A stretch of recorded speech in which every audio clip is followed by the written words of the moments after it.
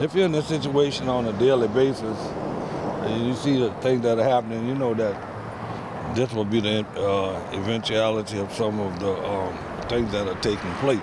72-year-old Safilaf Yusuf is a 25-year resident of the Treme neighborhood near Ursulines Avenue and North Claiborne Avenue, where one of the city's latest murders took place on property he owns at that intersection last night.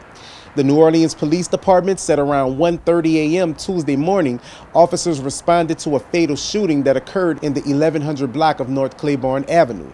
Police say a man was shot multiple times and was pronounced dead at the scene. That's what they named it too. But Yusuf, who uses the vacant property to distribute free clothing to homeless people who frequent the area, says before last night's fatal shooting, the residents have had multiple problems with drug addicts and transsexual prostitutes hanging out around their homes late at night. Using the toilet, so to speak, in our backyards, having sex back there, smoking crack, all of these very illicit things. And Yusuf says typically the prostitutes who frequent this area will use the bus stop here as a disguise when the NOPD rolls past late at night.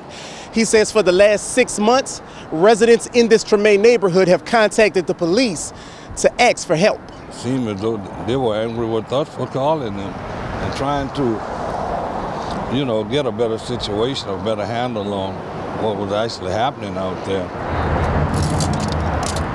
Yusuf says he'll continue to use his property in a positive way, but the fatal shooting so close to home does bother him. It bothers me in a sense, but this is not the only place that these things are happening. At the time of this report, the NOPD did not release any more details, including the victim's age, potential suspects, or possible motives. Authorities asked anyone with information on this crime to contact homicide detectives at 504-658-5300 or contact Crime Stoppers at 504-822-1111.